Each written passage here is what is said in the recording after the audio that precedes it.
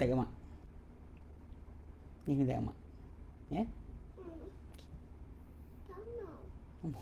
Apa tak turun? Apa dah start kelas? Apa nak start kelas ni? Assalamualaikum warahmatullahi. Bismillahirrahmanirrahim. Alhamdulillahirabbil alamin. Nahmaduhu wa nasta'inuhu wa nastaghfiruh. Wa na'udzu billahi min shururi anfusina wa min sayyiati a'malina.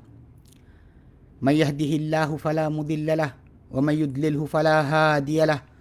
Asyhadu an la ilaha illallah wa asyhadu anna Muhammadan abduhu wa rasuluh.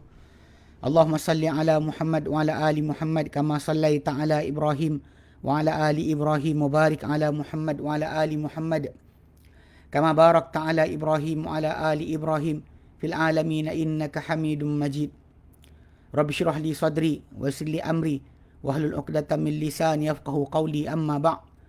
Alhamdulillah, kita bersyukur kepada Allah Subhanahu Wa Taala kepada kita berkumpul pada malam ni. Minta maaf lewat sikit. Ngantuk ni. Jadi kita insya-Allah ini macam biasalah, selagi mana tidak lagi kita mula kelas secara fizikal, selagi itu kita buat kelas tajuk kita, kita pilih berdasar kepada kemestian ataupun kepentingan yang berkaitan.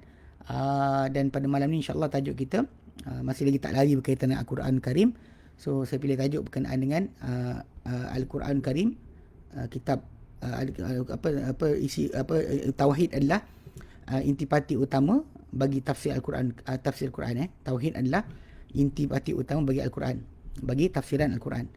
So bila kita lihat sebenarnya apabila kita bincangkan berkenaan dengan tajuk tauhid ni, terutama pada minggu-minggu ni dah jadi masalah dengan kecelaruan yang berlaku dalam masyarakat, di mana ada orang membuat upacara keagamaan yang lain dan kemudian diperbahaskan berkenaan adakah masuk Islam atau tidak. Jadi kadang-kadang kita lupa sebenarnya Al-Quran itu sendiri yang Allah turunkan wahyu pada kita, ia sebenarnya intipati utama adalah tauhid. Okay. Dan saya ambil apa yang saya bincangkan hari ini insya-Allah daripada tulisan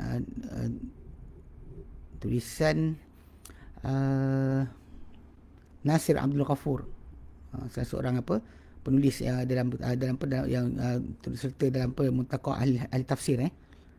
Dia ada buat tulisan, tajuk dia Tauhid fil Quran Karim, tauhid dalam Quran Al-Karim. Baik.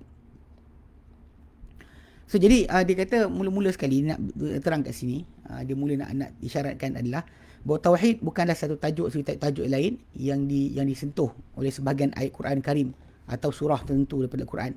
Bahkan Al-Quran kesemuanya, okey, daripada alif dia sampai ya dia adalah kitab tauhid dan akidah. Maka ayat-ayat Al-Quran semuanya sebenarnya dan surah-surahnya membincangkan berkenaan dengan tajuk tauhid. So, itu basic asal sebenarnya. Ya, adapun pembahagian yang dikatakan oleh sebahagian ahli ilmu bahawa tafsir ni terbahagi kepada 3 bahagian. Okey, bahawa Quran dia ada sebahagian ahli ilmu mengatakan bahawa Quran ni terbahagi kepada 3 bahagian. Tauhid, khabar dan hukum. Okey. Ini adalah ini adalah sebenarnya kalau kita perhatikan balik, sebenarnya semua balik pada tauhid. Khabar-khabar diberitakan dalam Quran pun untuk tauhid, hukum-hukum yang datang Quran pun untuk tauhid. Sebenarnya, walaupun Quran tu dikatakan pecah 3 Dia kata ada tauhid, ada khabar, ada hukum. Ada tauhid, ada khabar dan hukum. Sebenarnya kesemua sekali bahagian tersebut adalah kembali kepada tauhid. Sebab kita kata punca utama diutuskan para rasul, kan, dan juga dihantar kepada kita para mursalin adalah untuk kita mengesahkan Allah Subhanahu Wa Taala. Kan? Bila para rasul datang, semua mereka datang dengan ani abudullah, hendak kamu semua menyembah Allah. Kemudian khabar-khabar berita berkenaan dengan kaum terdahulu, kisah berkenaan dengan iblis ke, kisah berkenaan dengan orang yang bangsa-bangsa yang musnah ke, yang tak boleh syurga ahli neraka. Kemudian hukum-hukum yang telah perintah kepada kita untuk kita laksanakan, yang telah uji dengannya akan tauhid yang kita isytiharkan. Kita isytiharkan la ilaha illallah, kita isytiharkan Tuhan menekan Allah, tapi dalam masa yang sama kita ke masalah hukum tu akan menjadi ujian pertama pada kita dalam masalah tauhid. So, jadi kalau kita faham bila kita sebut Quran tu pecah 3, tauhid, khabar dan hukum, semua sekali adalah tauhid sebenarnya, adalah bahawa khabar-khabar yang datang dan Quran sama ada khabar mengenai Allah Taala atau nama-namanya yang terbaik atau sifatnya yang tertinggi, ini masuk dalam tauhid. Bukan khabar tentang Allah Taala, cerita tentang dirinya sendiri. Adapun khabar tentang umat-umat yang terdahulu dan kisah mereka, bersama para nabi mereka dan pertembungan yang berlaku di antara sekitar tauhid uluhiyah, mana pengabdian diri kepada Allah Taala. Okey, mana itu yang berkitar di antara para anbiya dan juga kaum masing-masing. Ataupun khabar tu datang dari hari kiamat, syurga, neraka, dan ini masuk ke dalam balasan tauhid. Kalau kita bincang syurga neraka tu balasan tauhid tu. Orang yang ikut kepada perintah Allah Ta'ala, mengesahkan Allah Ta'ala, dan orang yang tak nak ikut perintah Allah Ta'ala, yang tak nak mengakui tentang keesaan Allah Ta'ala, itu semua datang dari tauhid. Termasuk dalam tauhid. Ya? Adapun hukum-hukum, maka ia dari kemestian tauhid. Bila orang tu mengaku bahawa dia mengesahkan Allah Ta'ala, kemestian dia mengesahkan tadi mestilah dia melaksanakan hukum-hukum yang diperintahkan. Kerana tak mungkin terrealisasi hukum-hukum ini kecuali daripada sesiapa yang telah terrealisasi tauhid. Maka dia adalah satu asas. Dia adalah asas segala asas. Tauhid ni asas segala asas. Dan apabila kalau itu, maka yang sebenarnya adalah Quran ni kesemuanya membincangkan mengenai tauhid. Dan tiadalah itu melainkan kerana keagungan atau kebesaran keadaan tauhid yang kepentingannya serta keperluan yang amat penting kepadanya. Ya.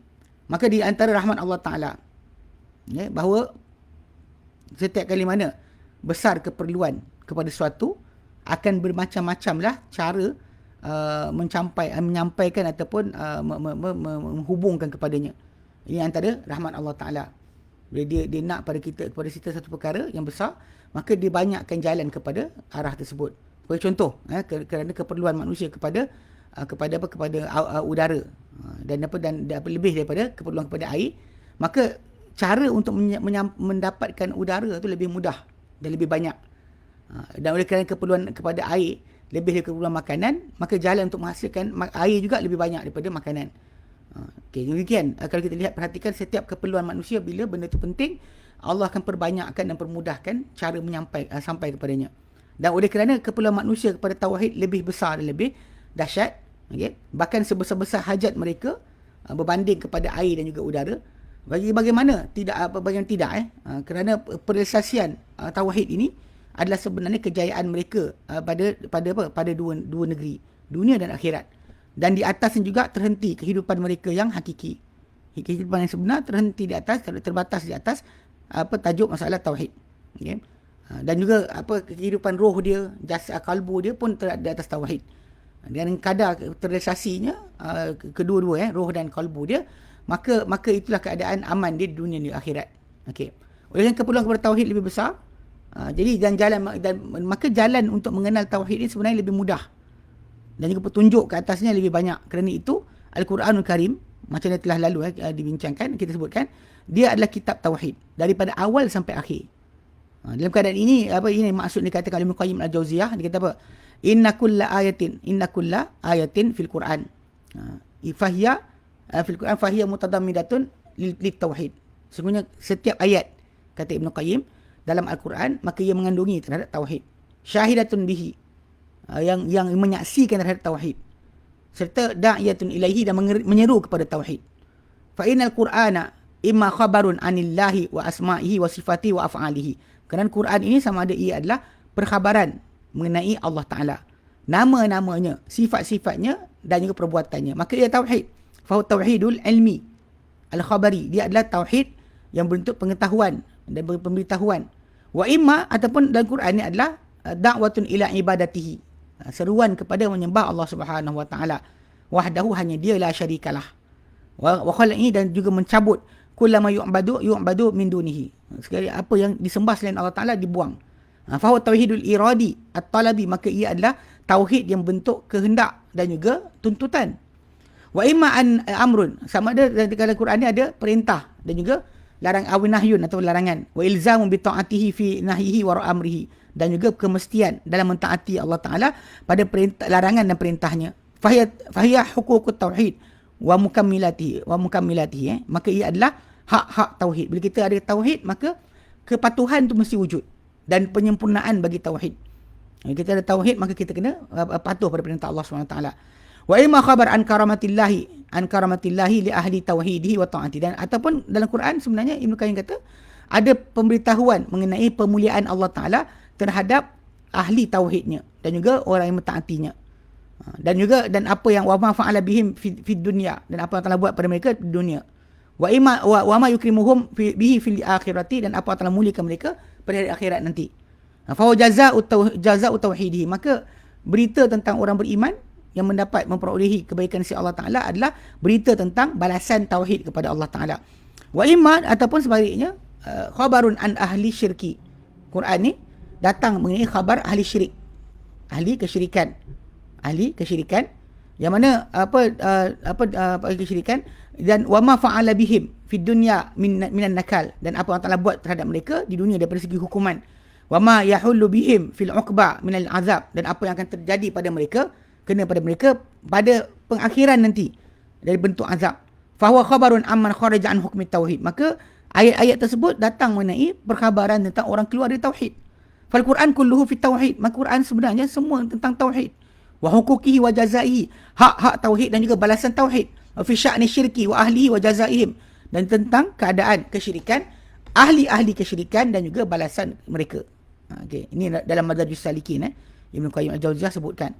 Jadi sebagian ulama telah menghitung, ahli ilmu, tauhid dan seruan kepada tauhid daripada keseluruhan kitab Al-Quran Karim, dan berkata Syekh Abdul Rahman bin Nasir As-Sa'di rahmatullah taala alaih dalam tafsir mukadimah tafsir beliau, dia kata di antara keseluruhan Al-Quran adalah ia menyeru kepada tauhid kepada Allah Taala, mengenal Allah Taala, ya, dan menyebut tentang nama-nama Allah, sifat-sifatnya, perbuatan-perbuatannya yang menunjuk kepada bersendirian Allah Taala untuk pengisaan, ya, serta penyifatan kesempurnaan, sifat-sifat kesempurnaan, bersendirian Allah Taala dengan keesaan dan sifat-sifat kesempurnaan, dan kepada bahawa dialah yang hak dan pengabdian diri kepada dia adalah yang hak.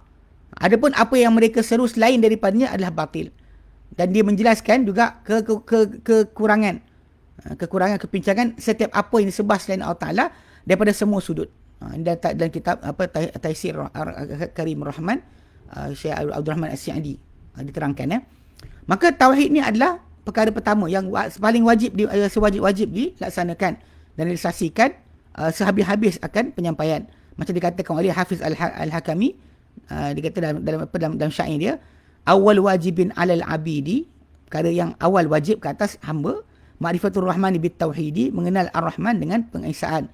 Idh huwa min kullil awamiri a'zamu, kerana ia daripada semua perintah adalah terbesar. Wa huwa naw'ani ayyan man yaf'amu, ia ada dua bentuk, wahai sesiapa yang akan memahami. Ini dalam kitab Sumul Usul ila Ilmul Usul, Maka dia memang ia adalah tauhid yang utama. Sebab tu bila kita lihat Al-Quran Karim, kita belajar Quran, kalau orang sebut tentang akhlak dalam Quran, tentang adab dalam Quran, tentang masalah sistem dalam Quran, itu sebenarnya adalah penyampaian sahaja kepada hasil selepas tauhid. Sepatutnya tauhid itu yang didahulukan. Macam sering kadang disebut al-imanu awalan, kan. Okay, imanlah yang mula sekali. Cuma masalah sekarang ni bila kata tauhid tadi tak dilihat sebagai punca utama. Sebab tu kadang-kadang orang tak nampak kenapa bila kita, kan, kadang-kadang asatidzah ni tekan-tekan sangat berkaitan tauhid. Kita sibuk tentang benda-benda kesyirikan, benda kekufuran, benda yang menentang akan kedudukan pengertian tauhid dalam Quran Karim. Kita sibuk lawan sebab tanpa tauhid takkan diterima amal. Ini masalah besar sebenarnya. Okey. Jadi tauhid ni sebenarnya adalah matlamat daripada penciptaan segala ciptaan. Dan dia adalah tempat pengakhiran penamat, demi kerananya diciptakan syurga dan neraka. Tempat pengakhiran bagi syurga neraka tu adalah tempat pengakhiran kerana tauhid. Dan demi kerananya juga diutuskan para rasul dan turunkan kitab-kitab, dan dengannya dibahagikan manusia kepada orang-orang baik dan orang-orang yang jahat. Walaupun orang tu baik dari akhlak, tapi kalau tidak ada kepada dia tauhid, di sisi Allah Taala dia paling jahat. Manusia yang tidak ada tauhid kepada Allah Ta'ala, walau dia baik mana sekalipun kepada manusia yang lain, di sisi Allah Ta'ala tidak ada nilai. Ini kena faham pembahagian tersebut yang betul. Dan dengannya berbeza keadaan mereka di dunia, di tempat kembali nanti. Satu kumpulan nanti akan dalam kenikmatan yang kekal abadi, dan satu lagi kumpulan yang akan masuk neraka, api neraka yang panas. Dan oleh kerana tauhid dengan ini keadaan dia, maka Al-Quran Karim telah membincangkan, menangani tentang tajuk tauhid ni dengan sebesar-besar penanganan. Dia bincangkan dengan sehabis-habis pembincangan. Bahkan sesungguhnya setiap ayat di atas penelitian, bila kita cek balik betul-betul, masuk dalam menangani masalah tajuk tauhid ni. Okey, kena nak bincang tentang tauhid. dan telah bercanggahan darjat sentuhan ni ataupun apa yang dibuat oleh setiap ayat tadi, dan juga batasan dia dengan mengikut keadaan-keadaan manusia. Pada zaman ini macam ni, pada zaman sekian macam ni, maka datang berbeza-beza. Kerana itu kita dapati tajuk tauhid ni dan Quran Karim yang pada Maki ni lebih nyata berbanding daripada Quran Madani. Sebab pada Maki sangat jelas, daripada Madani orang tak nampak. Sebenarnya ketika pelaksanaan hukum hakam tu, itu adalah perrealisasian bagi tauhid. Setelah ada tertanamnya dalam diri kita pengesaan kepada Allah Ta'ala, dialah Tuhan kita, mencipta kita, dialah menjadikan kita, dialah tempat kita mengabdikan diri, dan pengabdian diri yang dia tuntut dari kita adalah mematuhi segala perintah yang diberikan olehnya. Ini asas yang sepatutnya kita kena faham. Okay? Dan ini adalah salah satu cabang daripada dua bahagian sebut, Maki Madani lah. Maka yang awal tadi berbeza dengan dakwah kepada tauhid, sebutan tentang kebangkitan, penghimpunan, syurga, neraka. Sementara satu bahagian Quran lagi yang Madani pula berbeza dengan sebutan ayat-ayat hukum, kefarduan, batasan-batasan, dan ini adalah kemestian tauhid sebenarnya. Dia sudut tak pernah lari. Sama ada Quran Maki atau Quran Madani. Quran Maki lebih bersifat berkenaan dengan tajuk, mengenalkan tentang tauhid. Quran Madani lebih kepada perrealisasian tauhid yang telah diketahui. Okey. Dan Quran Karim telah melimpah ruah dengan perbincangan tajuk tauhid daripada sudut yang berbagai, daripada segi yang berbeza, dan ini adalah yang kita akan jelaskan insya-Allah dengan sedikit perincian. Pasal kita nak fahamkan berkenaan dengan bila kita kata tafsiran Al-Quran Karim ni, intipati utama dia adalah tauhid. Dia bukan masalah nak bincang masalah orang tu kena hukum macam mana, tajuk ayat ni turun tentang masalah apa dalam peperangan, tentang masalah kaum terdahulu. Semua tu intipati dia untuk terangkan berkenaan dengan tauhid sebenarnya. Dan kita tak faham, tapi ini kita akan bincangkan insya-Allah. Baik. Okay, pertama, penjelasan Al-Quran bahawa matlamat penciptaan-ciptaan adalah pengesaan Allah Subhanahu wa taala. Ini sebut dalam surah Az-Zariyat ayat 56. Ayat 56 Allah katakan, "Wa ma khalaqtul jinna wal insa illa liya'budun." Dan tidaklah aku ciptakan jin dan manusia kecuali mengabdikan diri kepadaku. Okey. Dan pengabdian diri ni, dan ini adalah uslub kan? Dan juga dan daripada sekuat-kuat uslub bagi penetapan maksud dan juga tidak meluaskan tajuk. Dan dia adalah penafian berserta dengan pengecualian. Nafi istisna. Tidak aku ciptakan jin dan manusia kecuali untuk mengabdikan diri kepada. Macam tiada Tuhan melainkan Allah. Dalam kita dalam istilah dipanggil nafi isbat. Kita ada nafi, ada isbat, ada istisna. Yang mana dekat sini yang kita kata pembezaan. Bila sebut itu maksud tak ada yang lain. Tak ada yang lain. Dan lam tu adalah lam ta'lil, liya'budun. Maka matlamat atau tujuan daripada penciptaan dua makhluk yang dibebankan dengan tanggungjawab, itu jin dan manusia, ialah pengabdian diri kepada Allah Taala. Dan juga asas ibadat dia adalah dan dia asaskan ibadat tauhid ni dan i'tiqad yang adalah dan i'tiqad yang sahih. Asas bagi ibadah adalah tauhid dan juga i'tiqad yang sahih. Ini mungkin ada bau ni. Mungkin saya nak cadangkan juga kot selagi tak start lagi kelas dekat Baitul Salam. Nanti insya-Allah pada hari Khamis kita try untuk ambil perbincangan berkenaan kitab Islam Dinul Kamil, Islam agama sempurna, karangan Muhammad bin Shankiti, yang dibincangkan berkenaan dengan satu-satu. Jadi hari tu ada 10 perkara. Saya waktu tu UIE buat minta bahagian diorang punya daurah daurah ilmiah. So minta buatlah. Jadi bila kita buat tu rasa macam tak cukup masa. Sebab buku tu kita habis baca. Tapi dalam masa sama tajuknya antara perkara yang penting lah. Yang mana bila kita baca dalam buku tersebut memang Muhammad Amin Syakiti dia ada pecahan yang sangat cantik dan menunjukkan Islam tu adalah agama yang sempurna pada semua sudut tauhid, sudut masalah masalah kemasyarakatan, sudut masalah perundangan, dia terangkan satu persatu. Walaupun dalam bentuk yang ringkas. Cuma yang macam disebut kat sini lah, dia kata kerana ibadat ni kan, asas bagi ibadat adalah tauhid dan i'tiqad yang sahih. Sebenarnya kalau kita sering dengar syarat penerimaan ibadat, kita kata amal atau ibadat amal yang kita buat, syarat penerimaan kita ada dua.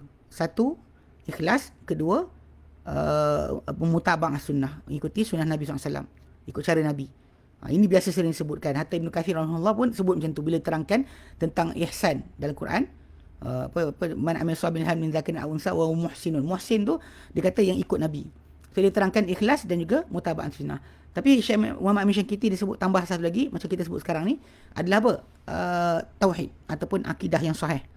So akidah yang sahih, i'tiqad yang sahih membolehkan diterima amal. Kalau orang tu i'tiqad dia rosak, walaupun dia ikhlas kerana Allah Taala, walau dia ikut cara Nabi sekalipun, i'tiqad dia tak betul, maka terbatal.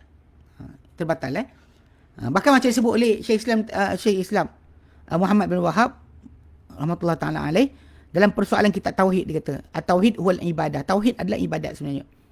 Maksud dia sebenarnya ibadat ni terbina di atas tauhid. Setiap ibadat yang tak ada tauhid padanya tidak dikira ibadat. Semua perbuatan yang kita buat tiada pengesahan Allah Taala padanya, maka dia bukan ibadat. Terutama lagi bahawa apatah lagi bahawa sebahagian salaf dahulu mentafsirkan firman Allah Taala kan, dalam ayat yang kita baca tadi Az-Zariyat 56, dia kata illa liya'budun, mereka tafsirkan illa liwahiduni, kecuali untuk supaya mereka, aku tak ciptakan manusia dan jin dan manusia kecuali untuk mereka mentauhidkan aku, mengesakan aku. Okey, ini kalau mufid kita kitab tauhid. Okey, maka Allah Taala tidak menciptakan kita sia-sia, tidak juga tak tanpa sebarang matlamat, dan tidak tinggalkan kita terabai. Macam Allah nyatakan dalam surah Al-Mu'minun ayat 115, afahasibtum annama khalaqnakum abathan wa annakum ilaina la turja'un. Adakah kalian menyangka atau mengira bahawa kami ciptakan kalian sia-sia dan kalian kepada kami tidak kembali.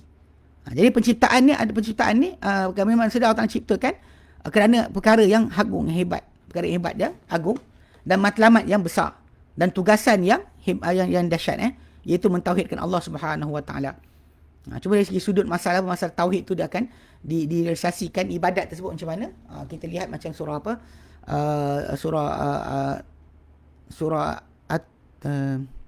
At-Talaq, surah At-Talaq. Kalau ikutkan surah Al-Mulk ayat ke-2, kan Allah nyatakan alladzi khalaqal mauta wal hayata liyabluwakum ayyukum ahsanu amala. Dia Allah Taala yang menciptakan kematian dan kehidupan untuk menguji kamu, siapakah yang kamu lebih baik amalan.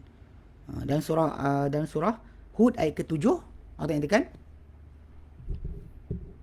dalam surah Hud ayat ke-7. Sekejap, sikit.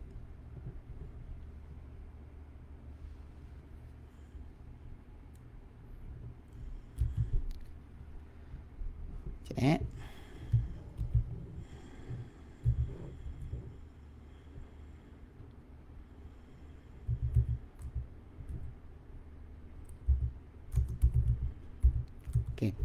Dalam surah Hud ayat yang ke 7 betul lah, 7.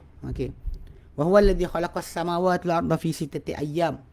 Dialah Allah Taala yang ciptakan seluruh langit dan juga bumi dalam masa 6 hari. Wa kana arshuhu 'alal ma', dan ketika diciptakan langit dan bumi ni, arasy di atas air. Liyabluwakum ayyukum ahsanu amala. Untuk menguji kamu siapakah dengan kamu lebih baik amalan. So jadi dengan cara ibadat ibadat tadi diuji kita, manakah di antara kita lebih baik amalan, untuk ujian. So jadi asas pertama memang diciptakan ciptaan untuk Allah Taala suruh pengabdian diri, dan pengabdian diri itu ada wujudnya ujian daripada pengabdian diri itu ada wujudnya ujian daripada Allah Taala untuk melihat sejauh mana kepatuhan kita kepada perintah dia. Walaupun dia dah bagi kita macam-macam benda, tapi kita masih lagi dia nak tengok di mana kita akan letakkan. Sebab semua orang boleh mengaku tanpa ujian, semua orang boleh mengaku cinta Allah Taala, boleh mengaku bahawa dia mengesakan Allah Taala, tapi dalam masa yang sama bila datang ujian, di situlah kita akan lihat sebenarnya adakah benar-benar seorang tu mengesakan Allah Taala atau tidak. Basic dia dengan ujian itu diketahui. Dengan ujian itu diketahui. Okay, itu pertama. Bahawa tak diciptakan ciptaan kecuali demi kerana tauhid. Kedua, bayanul Quran. Penjelasan Quran terhadap perjanjian agung yang Allah Taala ambil. Allah Taala ambil ke atas hamba-hambanya ketika mereka ada alam zar. Alam keturunan di belakang Adam alaihissalam. Janji Allah Taala ambil adalah untuk mentauhidkan Allah Jalla wa Ala. Dalam surah A'raf ayat 172 173 Allah Taala nyatakan a'udzubillahi minasyaitonir rajim. Wa idz akhadha rabbuka min bani adama min dzurriyyatahum. Dan ingat tatkala Allah Taala mengambil Tuhan Muhammad daripada anak-anak Adam, dari belakang mereka, zuriat mereka. Mana semua sekali dikeluarkan. Zuriat Adam, daripada Adam sampai yang terakhir sekali dikeluarkan. Wa ashhadahum ala anfusihim. Allah Taala persaksikan kepada mereka kat atas diri mereka sendiri. Allah Taala kata, alastu bi rabbikum. Adakah bukan aku ni Tuhan kalian? Qalu bala syahidina. Mereka berkata, bahkan dia kami telah bersaksi. Antaqulu, dan Allah Taala ambil janji ni adalah supaya supaya kamu tak boleh berkata yaumal qiyamati, kami pada kiamat nanti, inna kunna an hadza ghafilin, kami terhadap ini terlalai. Au taqulu, ataupun kalian nak berkata, kalian tak boleh berkata, innama asyraka abauna min qablu wa kunna dzurriyyatan min ba'dihim. Ataupun kamu nak menyekat kamu daripada berkata bahawa kami telah menyekutukan dahulu bapa-bapa kami sebelum daripada ini. Dan kami ni hanya zuriat mereka. Okay. Min ba'dihim. Afatuhlikuna bima fa'alal mubtilun. Adakah kau nak binasakan kami ya Allah dengan apa dibuat oleh orang-orang yang membuat kebatilan. Jadi dalam tajuk ni ahli ilmu dalam bincangkan tentang masalah dikenaki dengan perjanjian ni. Apa perjanjian Allah Taala ambil? Ciptakan kita semua sekali. Ketika Adam dah jadi, Allah Taala keluar daripada belakang Adam, keturunan dia dan belakang keturunan dia semua sekali sampai kiamat. Maka ahli ilmu berbincang masalah perjanjian ni diambil macam mana. Ada di kalangan mereka ni menafsirkan perjanjian tersebut sebagai fitrah. Maksud dia apa yang bila kita lihat benda tu kufur, kita patut automatik faham. Ini saya pernah cerita banyak kali, saya ceritakan berkenaan masalah bagaimana ada orang yang kata kalau kita tak Islam, kita tak Islam, kalau masyarakat Islam ada keliling kita, mudahlah nak faham, nak kenal. Tapi kalau sekiranya kita lahir dalam keluarga bukan Islam, duduk dalam masyarakat bukan Islam, macam mana mungkin kita Islam? Dia kata. Macam mana mungkin kita boleh Islam? Sedangkan kita ni duduk dalam keluarga yang sembah berhala. So jadi pernah sekali kan saya cerita tu.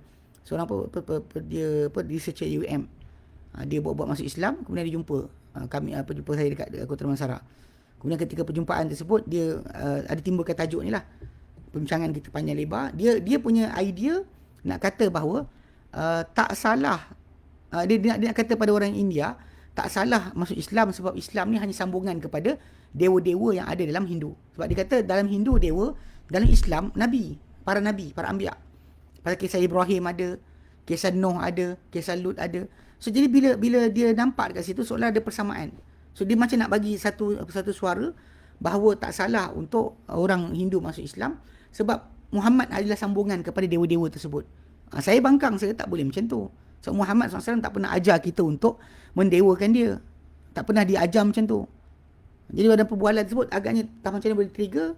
Dia tercakap satu perkara kat saya. Dia kata it's God making jokes. Tuhan buat lawak ke dia kata? Tuhan buat lawak ke? 1 bilion manusia dekat India. Kan? Semua lahir semua tengok berhala keliling. Lepas tu kita harap orang tu masuk Islam. Macam mana dia cakap itu? Jadi bila cakap itu, saya kebetulan kami kat Yaman tu ada seorang kakak ni. Nama dia Kak Sarah. Dia anak Sami. Kelang, dekat Kelang. Keluarga dia asal Kelang. Dia masuk Islam. Lama dah lewat lah. Tapi ketika dia kecil, dia cerita bapak dia Sami. Saya dapat tahu cerita sebab ketika mana dia sampai Yaman, televisi Yaman temu ramah dia. Jalan menuju hidayah. So dia tak cakap Arab. So dia cakap bahasa Melayu. Geset tu dia bagi kat saya suruh terjemah. So stesen televisyen bagi saya. Jadi saya terjemahkan. Waktu penterjemahan tu saya dengar lah dia cakap sepatah-sepatah. Dia kata apa? Ni saya cerita balik pada researcher UM yang kononnya nak kata adakah Tuhan buat lawak 1 bilion manusia lahir-lahir nampak berhala, macam mana masuk Islam. So saya kata dengan dia, kakak ni, Kak Sarah ni, dia cerita balik. Dia kata saya anak Sami. Bapak saya buat patung, masuk nyawa dalam patung. Ada upacara masuk nyawa dalam patung. Lepas tu bapak saya sembah patung.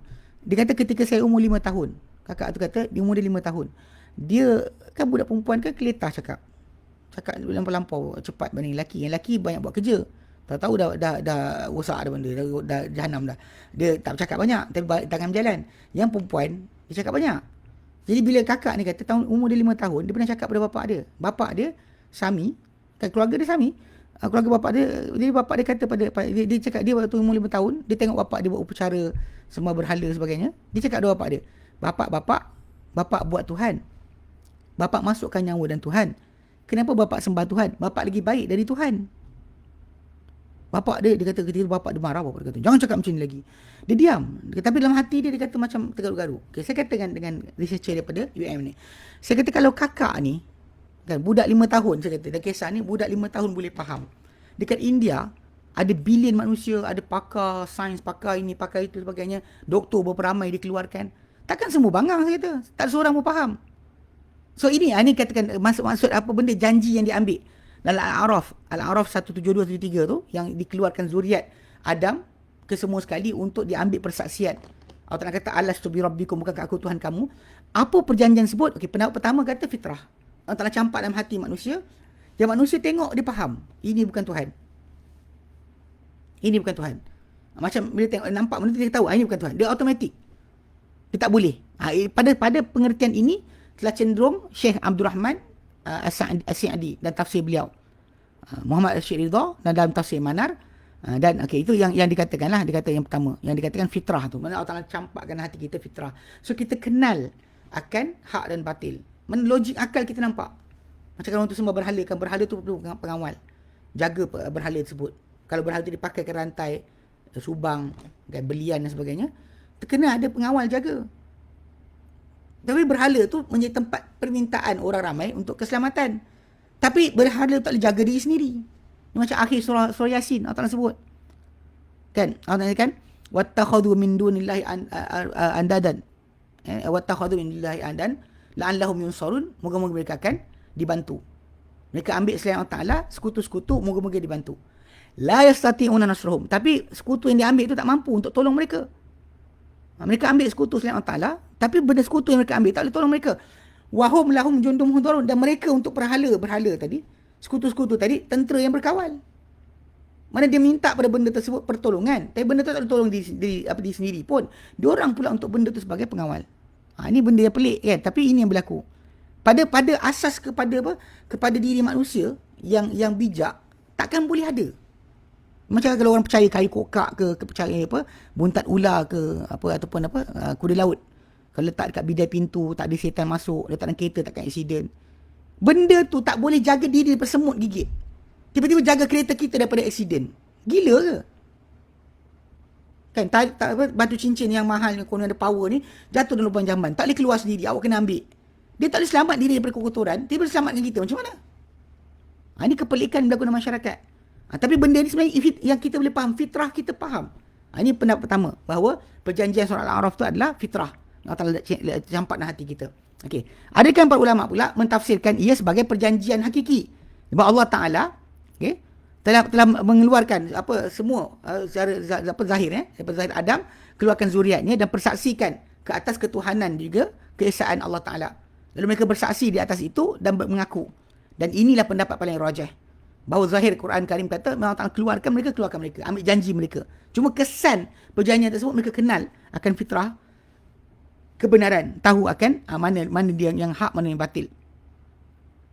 Dan hadis-hadis sabit dalam perkara itu. Berkata Hafiz Ibn Katsir rahimahullah, dan telah datang dia kata hadis-hadis tentang pengambilan zuriat Adam daripada belakang sulbi Adam, dan dibezakan mereka kepada ashabul yamin, ashabul shimal. Memang jadi ini dalam neraka dan syurga pun telah Allah Ta'ala buatkan macam tu. Pada sebahagian tu dipersaksikan ke atas mereka terhadap ketuhanan Allah Subhanahu Wa Ta'ala. Dan tafsir Ibn Katsir pun sebut itu. Jadi antara hadis itu adalah hadis yang diriwayatkan oleh Bukhari Muslim daripada Anas bin Malik radhiyallahu anhu daripada Nabi SAW. Dikatakan kepada seorang lelaki daripada ahli neraka pada hari kiamat, adakah kau lihat ara'aita law kana laka ala ma'al ardi min syai'in akunta muftadiyan bihi. Dia kata kalau sekiranya engkau lihat, engkau ni ahli neraka, apa pendapat engkau kalau engkau ada benda dekat bumi ni engkau nak tebus dengannya? Qala, dia kata fayaqulu na'am, dia kata ya. Fayaqulu qad aradtu minka ahwana min dhalika. Maka Allah Ta'ala kata pada dia, aku minta pada engkau lagi kecil daripada tu. Qad akhadtu 'alaika fi zahri adama alla tusyrika bi syai'a. Aku minta pada engkau daripada belakang Adam lagi dikeluarkan dulu, bahawa kau jangan sekutukan aku satu benda pun. Fa abaita illa an tusyrika bi. Maka Allah Ta'ala kata engkau tak mahu kecuali kau nak sekutukan juga. Mana bila dah sampai kiamat, kalau boleh nak tebus diri, kau nak tebus diri. Tapi Allah Ta'ala minta ringan dari itu. Jangan sekutukan Allah Ta'ala satu benda pun. Itu benda yang Allah Ta'ala minta paling ringan. Tapi itu yang dilanggar oleh manusia. Dari Ibn Abbas radhiyallahu anhu secara marfu' juga. Dan di antara mereka yang melihatkan secara mauquf. Dia kata, Inna Allah akhadha mithaqa min dhahri Adam. Min dhahri Adam alaihi salam. Bi Na'man yawma Arafah. Fa akhraja min sulbihi kulli dhurriyatin dharraha fanatharaha baina yadayhi thumma kallama hum muqbila.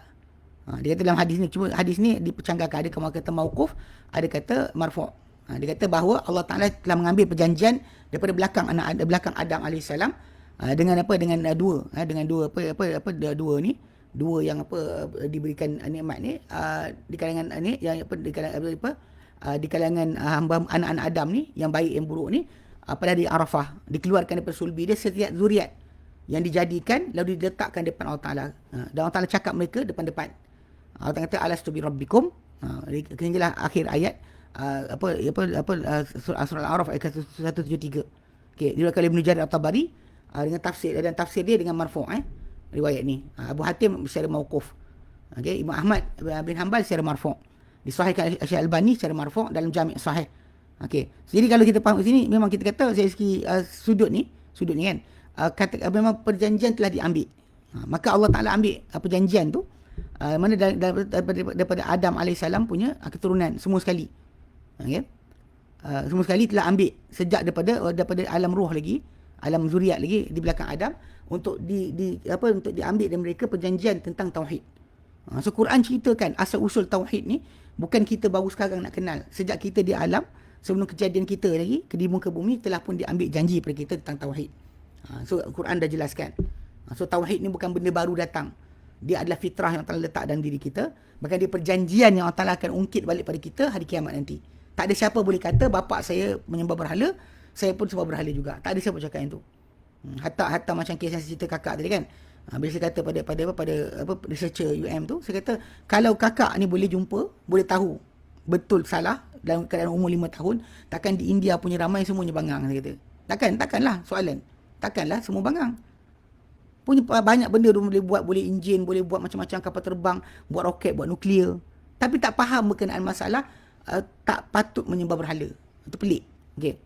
Ketiga, penjelasan Al-Quran Karim tentang tugas para rasul, bahawa dakwah mereka adalah tauhid. Ini juga adalah di antara perkara besar yang kita kata dapat di sini kita faham bahawa Quran ni sebenarnya pengisian utama dia adalah tauhid. Okey, dan dianggap dakwah kepada tauhid ni adalah intipati risalah para anbiya dan para rasul daripada sejak Nuh alaihissalam sehinggalah penamat mereka Muhammad sallallahu alaihi wasallam. Okey, tidak ada seorang pun di kalangan para rasul melainkan diutuskan daripada yang pemula sampailah apa yang dia inginkan rasul diutuskan mula-mula sekali sebelum semua benda, mula-mula sekali sebelum dia ajak solat ke apa, dia akan ajak mula kepada tauhid. Macam Allah Taala firmankan dalam Quran surah An-Nahl ayat 36, Allah Taala nyatakan walaqad ba'atsna fi kulli ummatin rasula. Maksudnya telah utuskan pada setiap umat rasul. Fi kulli ummatin rasula an ya'budullah, hendaklah kamu semua menyembah Allah Taala, wa ijtanibut taghut, jauhilah kamu semua akan taghut. Memang kita kata ini intipati utama datang dalam Quran Karim. Para rasul alaihi wasallam diutuskan untuk itu, dan memang perutusan rasul pertama itu Nuh alaihissalam berpunca daripada kesyirikan yang dibuat oleh kaum dia. Masa kaum yang pertama mensyirikkan Allah Taala adalah kaum Nuh. Macam Ibn Abbas radhiyallahu anhu riwayatkan, dia kata daripada zaman Adam alaihissalam kepada Nuh ada 10 generasi. Adam sampai Nuh ada 10 generation, mana bapa, anak, cucu sebagainya, sampai ke sini ada 10 generasi. Semua atas iman. Semua yang pertama di atas Islam, atas iman. Tapi datang pada kaum Nuh alaihissalam, mula timbul di situ penyekutuan kepada Allah Subhanahu wa taala. Maka datanglah Nuh sebagai rasul yang pertama kepada penduduk bumi. Ini kerja para rasul semua yang datang untuk mengajak manusia meninggalkan akan kesyirikan, menyembah hanya Allah Taala. Bahkan setiap seorang di kalangan rasul ni dia kata dahulunya membuka dakwah dengan tauhid. Buka dakwah, kita bukan surah Al-Anbiya, contoh ayat 25. Surah Al-Anbiya Allah nyatakan a'udzubillahi minasyaitonir rajim wa ma arsalna min qablika min rasulin illa nuhi ilaihi annahu la ilaha illa ana fa'budun. Dan kami tak utuskan hai Muhammad sebelum dari engkau sebarang rasul kecuali kami wahyukan kepada rasul tersebut, wahyu yang diwahyukan adalah annahu la ilaha illa ana, bahawa sesungguhnya tiada ilah kecuali aku. Fa'budun, sembahlah akan daku. Kamu semua sembahlah akan daku. Memang semua para anbiya datang dengan seruan yang pertama dia adalah tauhid. Okey. Dan Allah Ta'ala firmankan dalam Quran surah Az-Zukhruf ayat 45, was'al man arsalna min qablika min rusulina, dan tanyakanlah hai Muhammad siapa-siapa kami utuskan sebelum engkau daripada kalangan rasul-rasul kami, aja'alna min duni rahmani alihatan yu'badun, adakah kami jadikan selain Ar-Rahman tuhan-tuhan yang lain yang mereka yang untuk mereka disembah, yang mereka sembah, ada tak kami jadikan? Tanya. Ini menunjukkan bahawa tak ada satu pun seorang rasul dijadikan sebelum daripada mana-mana rasul, tak pernah ada seruan untuk penyembahan selain Allah Subhanahu Wa Taala. Tak pernah ada. Ini ridiculous kan. Tapi benda tersebut yang ini kadang manusia tak pernah pegang betul-betul. Okey. Dan berkata Al-Hafiz Ibn Katsir rahimahullah menjelaskan ayat ni, faqulu nabiyyin ba'athahu Allah yad'u ila ibadatillahi wahdah la syarikalah. Maka setiap nabi yang Allah Taala utuskan dia, yang diutuskan oleh Allah Taala, menyeru kepada pengabdian diri kepada Allah Taala sahaja. Tiada sekutu baginya, dan fitrah itu menyaksikan untuk itu. Semua fitrah asas yang Allah Taala jadi pada manusia tu menunjukkan pada itu. Tak boleh kita terima ada dua Tuhan. Tak boleh ada Tuhan yang banyak. Tak boleh ada selain Allah Taala Tuhan yang lain. Memang tak boleh. Diri kita tak boleh terima. Ya, takkan boleh terima. Wal musyrikuna la burhana lahum. Sedangkan orang musyrik ni tiada bukti bagi mereka. Wa hujjatuhum dahidah, dan hujah mereka terbatal. Inda rabbihim, sisi Tuhan mereka. Wa alaihim ghadabun, kata mereka ada kemurkaan. Wa lahum azabun syadid, untuk mereka ada azab yang keras. Ini tafsir Ibn Katsir.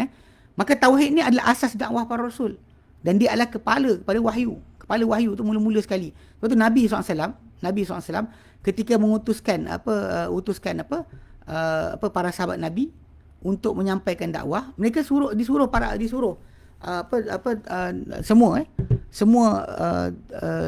pendakwah yang Nabi utuskan tu untuk mulakan dengan ajak kepada la ilaha illallah.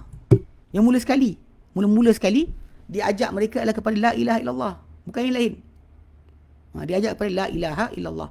So dengan jelas kita tahu memang itu yang dituntut. Itu nombor 4. Okey, nombor 5, sebutan Al-Quran berkenaan dengan balasan ahli tauhid dan ahli syirik di negeri akhirat. Tadi kita ceritakan berkenaan dengan isi kandungan Quran tu. Memang semuanya para rasul diutuskan. Perbincangan berkenaan dengan tajuk dakwah penciptaan manusia, penciptaan alam, permulaan kejadian kita, memang ada tauhid terlibat. Tauhidlah jadi intipati asal. Seruan para rasul SAW diutuskan untuk mengajak pada tauhid. Yang kelima, sebutan Al-Quran tentang balasan ahli tauhid dan ahli syirik. Ini ada amat banyak. Kalau kita kata Quran Karim, boleh dikatakan penuh dengan pengisian tentang tajuk syurga neraka, ahli syurga ahli neraka. Ya. Tapi kita tak mengapalah kita sebut sikit kat sini sebagai ayat, sebagai contoh. Bukanlah untuk membincang setiap tajuk. Ini sebagai contoh saja. Kerana Allah Ta'ala telah janjikan ahli tauhid dan iman janji-janji yang hebat di negeri ini sebelum negeri penetapan hari kiamat nanti. Allah Ta'ala janjikan di dunia dengan peneguhan penguasaan di muka bumi, ketetapan, keamanan dan juga ketenangan, pengukuhan, cinta pada hati setiap makhluk, dan perbezaan yang dibezakan mereka dengannya daripada hak dan batil. Mereka dapat beza hak dan batil. Allah Ta'ala bagikan manfaat daripada mudarat, petunjuk daripada kesesatan, keampunan dan keampunan dosa. Okay, jadi memang kat dunia lagi Allah Ta'ala ada janjikan. Contoh dalam Al-Quran dan surah An-Nur ayat 55, Allah Ta'ala nyatakan tentang janji yang Allah Ta'ala janjikan di dunia. Wa'adallahu alladhina amanu minkum wa amilus salihat. Allah Ta'ala menjanjikan orang-orang beriman dengan kamu dan beramal soleh.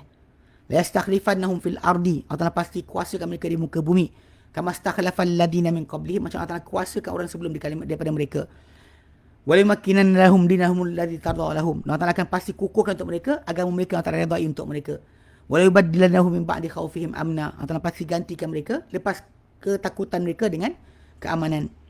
Arahan Allah Ta'ala pada mereka adalah ya'budunani, hendaklah mereka sembah aku, wala yusyriku nabi syai'a, tidak mereka sekutukan denganku suatu benda pun. Ini sebenarnya benda telah terrealisasi oleh Allah Ta'ala untuk umat Islam. Para sahabat Nabi SAW adalah orang pertama menjadi saksi tentang pelaksanaan. Bila tauhid mereka betul, Allah Ta'ala bagi mereka pengukuhan di muka bumi. Hatta empire Rom dan Parsi yang besar pun jatuh kerana mereka melaksanakan tauhid yang betul. Ini balasan janji Allah Ta'ala. Jadi bila kita dapat janji tersebut, kita jangan sibukkan berkenaan dengan siapa konspirasi. Tak. Kita sibukkan iman kita betul ke tidak. Iman kita betul ke tidak kan. Ni kadang-kadang sibuk iman kita tak betul lagi. Belajar agama pun tak sungguh-sungguh. Beramal pun jarang-jarang kan. Kadang benda-benda kita kata macam kita ni masih tak kisah jual haram kan. Menyaga benda-benda yang tak elok. Kadang macam rokok pun tak boleh tinggal lagi. Macam mana? Kita sepatutnya ada dalam diri kita ni kesungguhan untuk mematuhi perintah Allah Ta'ala, kecil atau besar. Tinggalkan apa-apa yang menjadi keserupaan dengan dengan orang yang tidak beriman, tinggalkan. Ni kadang benda macam ni pun tak boleh tinggal lagi. Macam mana? Lepas tu kita harapkan daripada Allah Ta'ala pemakbulan doa. Kita harapkan kemenangan, harap keselamatan. Tapi kita tak penuhi syarat awal. Bab berkenaan dengan masalah akidah tu kita tak jaga. Bab tauhid kita abaikan. Lepas tu kita harapkan daripada Allah Ta'ala pemakbulan. Ini masalah. Ini masalah. Sebenarnya kita nakkan benda berkenaan tapi kita tak buat pun. Benda yang Allah Ta'ala perintahkan untuk kita buat. Jadi macam mana kita nak dapat janji Allah Ta'ala? Para sahabat dapat. Orang pelik. Macam mana para sahabat boleh menguasai dunia dalam masa yang singkat. Singkat je. Lepas Nabi wafat, dalam beberapa tahun je, boleh kata dunia Islam ni menjadi luas. Islam tersebar dengan amat pantas. Tapi dalam masalah punca dia adalah masalah tauhid tadi. Dia bukan masalah lain. So kerana kata orang kita tak nak melaksanakan tauhid, dan tak dapat janji, jangan marahlah siapa. Renung dia sendirilah. Kalau kita dapat pemimpin ke, dapat orang mengurus urusan kita tidak takwa, dan salah kita jugalah. Kita tak merealisasikan takwa. Kita sendiri pun cakap takwa, tapi kita duduk dekat kedai kopi, bincang konspirasi, kemudian isap rokok kan. Ini masalah lah. Ini kena jaga sikit Dan Allah Ta'ala nyatakan dalam surah Al-Maryam ayat 96, innal ladzina amanu wa amilus solihat sayaj'alur rahman wudda.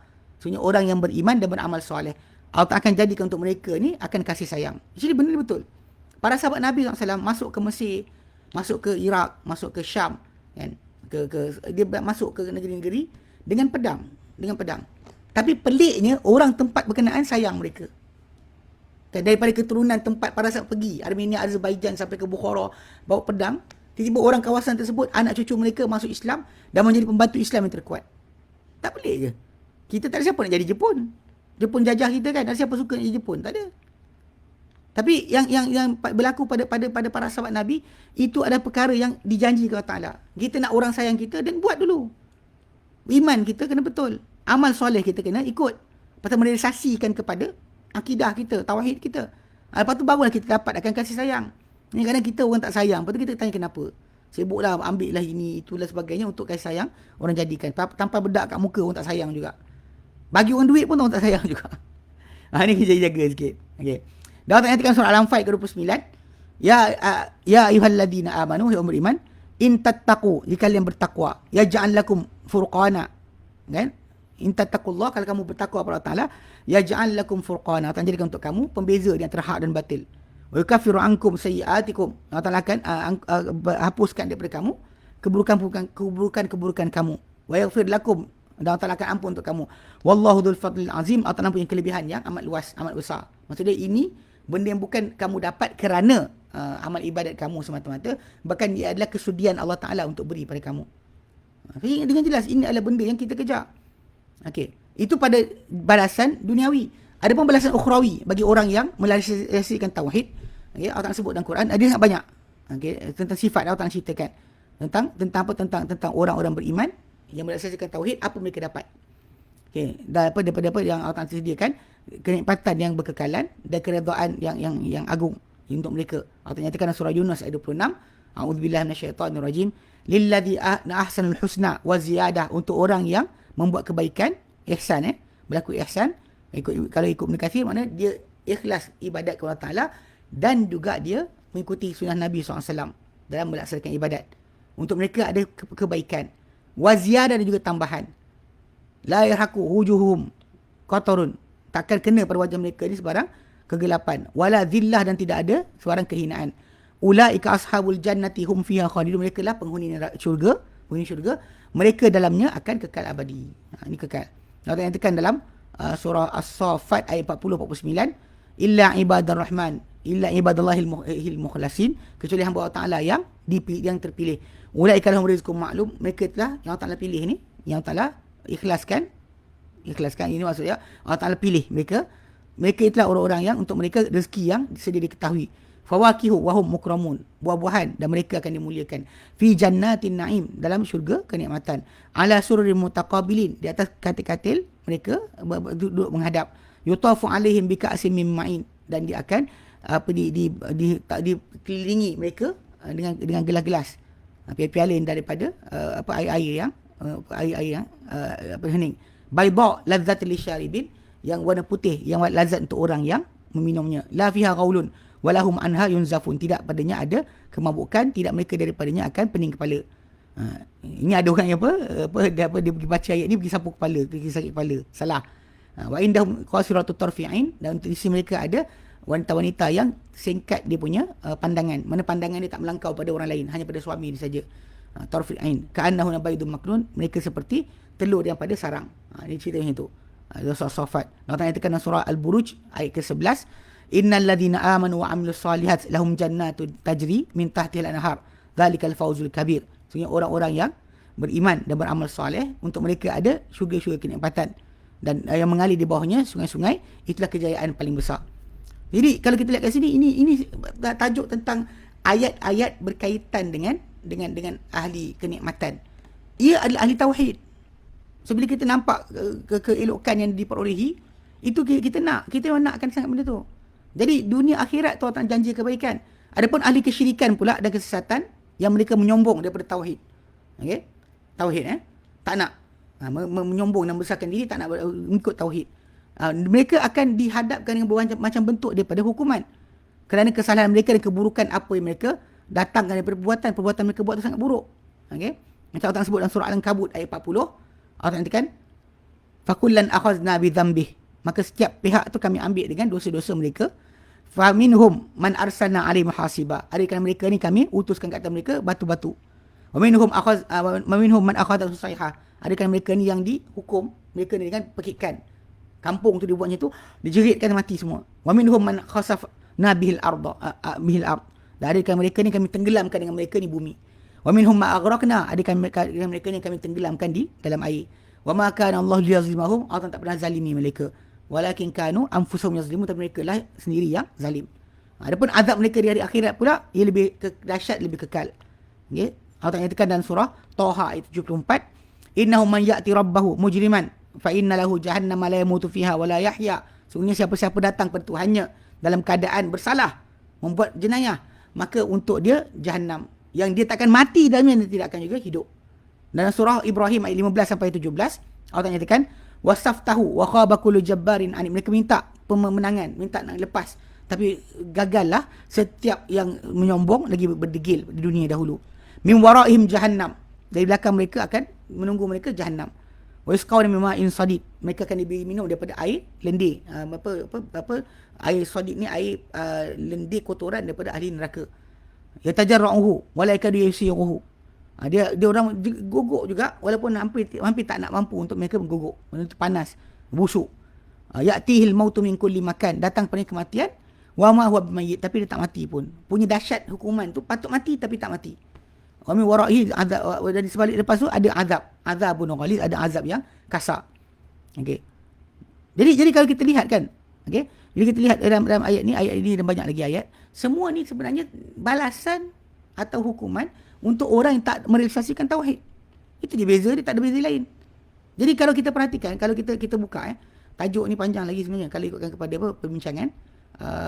Memang tulisan Nasir Abdul Ghafur ni, yang dia ni antara penulis, saya sebut tadi kan, penulis pada Multaqa Ahli Tafsir. So dia cuba kumpulkan bagaimana sudut tauhid ini sebenarnya adalah sudut utama dalam Al-Quran. Sebenarnya Quran macam kita sebut tadi kan, perbincangan dia ada tiga kan, mengenai tauhid, mengenai akhbar, mengenai hukum-hukum. Tapi kalau kita pastikan balik, sebenarnya semua balik pada tauhid.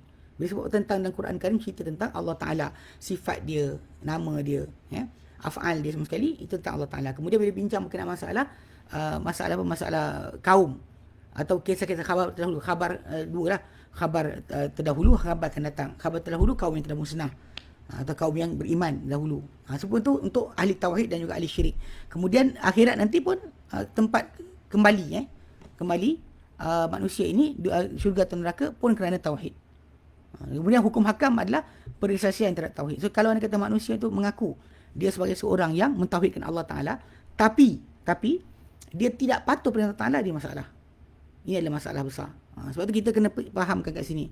Tauhid ni adalah benda yang paling besar yang sepatutnya ditumpukan oleh kita. Sebab tu kalau anda kata bila berlaku zaman sekarang ni, ada keluar kes sembah berhala dan sebagainya, kadang-kadang saya perhatikan benda ni sensitif. pada tajuk ni kan, tajuk ni. Sedangkan pada tajuk yang lain sama je. Macam kita mengucapkan Merry Christmas kepada orang bukan Islam atas alasan kerana kemanusiaan. Ni salah juga. Sama macam tadi mengiyakan, meraihkan akan perayaan kekufuran tu sama je.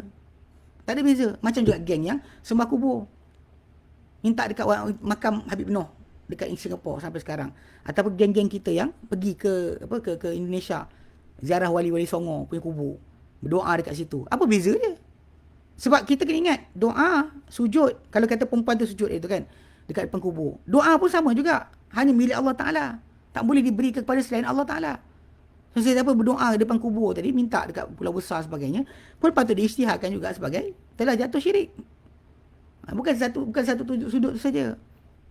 Pasal kita tahu dalam konteks masalah masyarakat Islam kita ni, yang ignorant, yang memang dibesarkan bukan di atas kehidupan Islam dari kecil. Keluarga tak kisah, solat tak ada. Macam kita ingat dulu beberapa tahun yang lepas dekat Putrajaya, bila ada orang ni bawa balik pada luar negara. Kemudian dia punya anak masuk sekolah, lalu dekat sekolah tu cikgu suruh anak dia pakai tudung.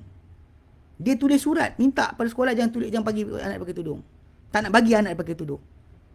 Ini benda ni kalau kita faham logik kan. Macam mana boleh seorang Muslim minta anak dia didedahkan aurat? Macam mana kan? Dia tak ada rasa pun kesalahan dalam melaksanakan berkenaan. So kalau itu standard yang ada pada orang kita. Jadi tak pelik masalah ni. Dan patut kalau dia kata kalau macam tu juga, kita kena boykot cerita-cerita Hindustan. Contoh macam Shah Rukh Khan, Amir Khan, Salman Khan kan, yang sembah berhala tu. So tak sembah, tak ada sentimen ke? Kenapa pasal perempuan ni kita sibuk? Dan pelakon artis tadi kita biarkan. Sama je, tak ada beza pun. Kena faham kat situ. Saya dari sudut agama ni, sebab punca dia adalah kerana kita sering baca Quran, belajar agama, tapi kita lupa tauhid itu adalah perkara asas. Intipati Al-Quran tu adalah tauhid. Sebab tu kalau dia kata tak ada tauhid, tak ada segala apa yang dilaksanakan diberikan. Habis, hangus. Hangus tak ada diterima langsung. Tidak akan diterima sedikit pun. Ini benda besar yang kena faham. Pasal orang kata, man amila salihan min dzakarin aw untha wa huwa mu'minun. Kan? Bagi siapa yang beramal soleh, kan? Min dzakarin, maksudnya lelaki ada wanita. Wa huwa mu'min, kerana dia mukmin. Kalau dia tak beriman, tak guna amal dia buat. Pasal iman tidak ada, akidah yang betul tidak ada, tak boleh pakai. Sebab tu iman tu dituju kepada masalah tauhid. Mana ada iman tanpa tauhid? Iman dan tauhid tak lebih ringan. Pasal dalam iman kita kepada Allah Ta'ala, percaya Allah Ta'ala Tuhan, hanya dia disembah, hanya dia yang dipertuhankan. Kalau ada pertuhankan manusia lain dan sebagainya, tak rasa tak terkeluar agama pula. Sama je. Sebab tu jangan kita jadi macam bomba atau bomba. Bomba ni bila datang ada kes je. Ada kes sensasi, baru kita padamkan api. Sibuk kita dengan siren kita. Tapi bila waktu yang biasa, kita tak ada sebarang isu tak dari viral, kita pun diamkan. Ini salah. So kita sepatutnya tajuk kesyirikan, tajuk kekufuran, dia bukan tunggu kena masuk surah khabar baru kita tegur. Bahkan benda yang dah ada sekarang ni pun kadang-kadang tak tegur. Kita tegur pun kadang kita diamkan. Mana kata contoh macam pengisytiharan patut dibuat kan, macam cerita-cerita Hindustan kan, yang mana yang tunjukkan sembah berhala sebagainya. Dan pelakon tersebut ada diragui keislaman dia. Arti kata lain, kalau mati, diorang tak bertaubat, tak boleh kita doakan untuk dia keampunan. Tak boleh. Kalau dia pernah disembah berhala, masuk pada kisah wanita ni lah, dan dia mati, tak boleh tanam kubur Islam. Unless dia isytiharkan, saya silap, saya minta maaf, saya bertaubat balik dan sebagainya. Dan keluar dari surat khabar baru ni. Dia bertaubat, dia kata kesilapan saya, kejahilan saya. Walaupun kita tahu memang ada sahabat kita dia kata ialah mustahil dia tak tahu. Tapi ialah dalam konteks masyarakat Islam kita sekarang ni, pendidikan keluarga tadi memang kadang-kadang membawa kepada keadaan tersebut. Terutama kalau dia kata keluarga dia tak pernah ambil hirau berkenaan dengan tauhid. Apa yang anak dia faham. Sebab tauhid tadi, sudut tadi kena ingat, dia bukan masalah anggap Allah Ta'ala Tuhan yang satu. Bukan itu saja. Tapi hujung tu, apa benda? Hukum hakam agama. Dia tak tahu aurat pun. Dia tak pernah rasakan bahawa kewajipan untuk mengikuti perintah Tuhan. So apa masalah dekat situ? Kalau manusia yang tidak ada rasa mematuhi Allah Ta'ala itu adalah kewajipan. Dan tauhid apa? Tauhid ni mesti ada disertai dengan Amalan. Dia bukan hanya berlaku dengan hanya setakat pengakuan lidah. Kalau mengaku Allah Ta'ala itu Tuhan, Iblis pun mengaku Allah Ta'ala itu Tuhan. Tapi beza dia apa? Sebab dia tak patuh perintah Allah Ta'ala. Itu kat sini yang kita sebagai manusia sepatutnya fahamkan betul-betul. Kita bukan hanya masalah mengaku Allah Ta'ala yang wajib disembah dan Tuhan yang mentadbir urusan kita. Tapi bahkan kita kena tahu juga bahawa kewajipan dan tuntutan Allah Ta'ala tuntut ke atas diri kita tu adalah mesti dibuat. Bukan optional, compulsory. Ini benda-benda yang saya perhatikan. Banyak orang masih lagi gagal lah dari segi masalah pemahaman yang betul. Sebab tu kalau kita belajar dan konsep masalah tauhid ni, dia sebenarnya Quran itu datang untuk tauhid. Bukan hanya sebahagian cerita saja. Baik, wallahu alam. Ustaz, ada orang pergi ke kubur bikin puja-puja di situ, dikatakan dikatakan esakan Allah Taala juga. Macam dah itu yang kita sebut tadi. Kita terangkan. Sebab tu masalah istilah atau nama tadi, esakan Tuhan macam mana? Geng sufi paling tak masalah tajuk ni. Orang sufi paling tajuk masalah. Dalam masalah siapa yang beramal dengan tasawuf, bab ni biasa langgar. Kan tok guru tu lagi tinggi banding nabi pun ada. Ini bahkan ada tok guru tu dia kata berkongsi dengan Tuhan kuasa. Saya ingat Syarif Muhammad Arkam dulu ada seorang dia punya, ada video sampai sekarang, ada video yang dia punya pengikut dia kata, kalau anda kata ada orang nak mati, pengikut dia nak mati, Abuya minta pada Allah Taala, kauti dengan Allah Taala, maka tak jadi mati. Kalau sakit pun tak jadi sakit. Benda macam tu kita seolah-olah meletakkan rububiyah pentadbiran Allah Taala yang kuasa kepada selain Allah Subhanahu Wa Taala dengan terang-terangan. Tapi tak ada siapa nak isytiharkan lagi. Dia kadang masalah kita kat Malaysia ni, pengisytiharan murtad ni, macam saya pernah sebut dulu kan, Jabatan Agama Islam tak nak isytiharkan sebab kita punya sistem undang-undang pelik. Undang-undang kita, sistem ni macam ni. Bila orang tu diisytiharkan murtad, terkeluar Islam, maka automatik Mahkamah Sivil dia boleh gunakan hukum sivil untuk sekat Mahkamah Syariah daripada hukum dia. Sebab dia bukan Islam. Dua sistem yang kita ada. Sistem kita masalah raja ni, agama bawah sultan bawah raja. Tapi untuk peraturan undang-undang sebagainya, hukuman balik kepada Mahkamah Sivil. So dengan sebab itu dia orang akan lari. Betul dulu macam Kasim Ahmad, Rasul Kahar sebagainya kan. Tak diberikan pengisytiharan sebagai keluar agama. Sebab kalau dikatakan keluar agama, telah terkeluar agama, maka dia hilanglah kuasa Jabatan Agama Islam untuk question dia. Itu sebenar tajuk yang kita kat Malaysia orang tak faham. Benda ni yang kita katakan kadang menyebabkan banyak di kalangan para ulama kita kan, asatizah kita sebagainya nak keluarkan istilah. Pasal once mahkamah keluarkan orang tu keluar Islam, tak ada siapa boleh cuit. Ini sistem yang kita dah pegang.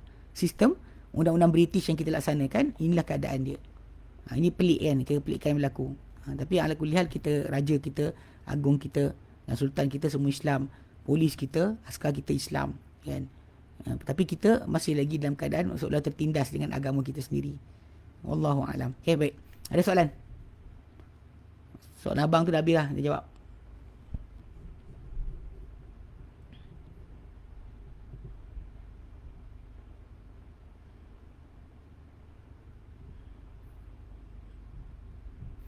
Nanti kalau kita ambil tu, kalau kita sempat minggu depan, kita akan ambil perumpamaan tentang tauhid dalam Quran.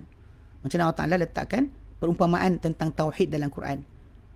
Yang berlawanan dengan dia. Apa berlawanan dengan dia? Baik. Ada soalan? Tak ada? Ke saya tak nampak orang tulis apa? Takut orang tu tulis dah sangkut dah ni. Kadang-kadang macam tu jadi. Tak nampak tulisan. Saya berhenti pada abang kita je. Okay, kita pergi. Alhamdulillah. Okay. Nampak Baik. Waillahil hamd. Jadi kita berhenti sini. Jadi insyaAllah pada beberapa hari lagi, dia tak ada sambutan tahun baru, tak wujud kan, tak kira bulan Islam atau bulan kafir, sama aja, tak ada sambutan. Kita patutnya bila umur kita bertambah, tengok pada amal kita, bagaimana kita dah ubah. Kalau keburukan tambah jadi kebaikan ke belum lagi, itu patut kita tumpukan. Jangan sibukkan berkenaan dengan azam tahun baru dan sebagainya, tak payah. Azam kita esok tunggu tahun baru, tak payah sibuk tunggu tahun baru, tak jadi. Berkali-kali dah tahun baru melintas, tak pernah jadi.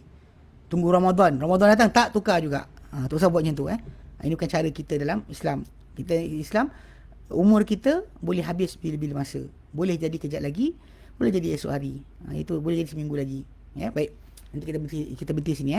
InsyaAllah kita sambung kemudian pada masa akan datang. Wallahu a'lam.